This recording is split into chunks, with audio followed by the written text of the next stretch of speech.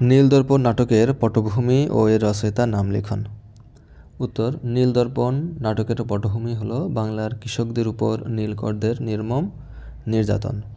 এর রচয়িতা দীনবন্ধু মিত্র। ঘ, একনেক এর পূর্ণরূপ কী এবং একনেকের সভাপতি কে করেন? উত্তর হলো, একনেক এর পূর্ণরূপ হলো executive committee of national economic council. একনেক সভায় সভাপতিত্ব করেন প্রধানমন্ত্রী।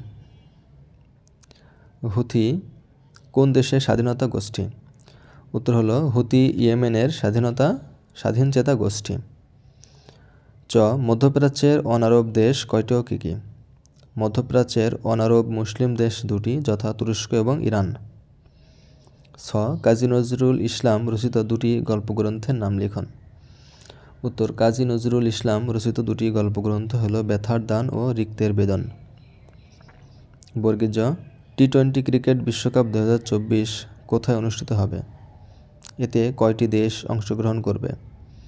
টি-20 ক্রিকেট বিশ্বকাপ 2024 অনুষ্ঠিত হবে যথাক্রমে যুক্তরাষ্ট্র ও ওয়েস্ট ইন্ডিজে। এতে 20টি দেশ অংশগ্রহণ করবে। ঝ, কম্পিউটারের র্যাম ও রম এর মধ্যে পার্থক্য কী?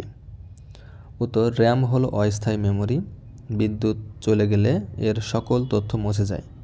অন্যদিকে রম হলো স্থায়ী মেমোরি, বিদ্যুৎ গেলেও এর তথ্য মুছে যায় না। ইও, মানবদেহে রক্তের কাজ কী?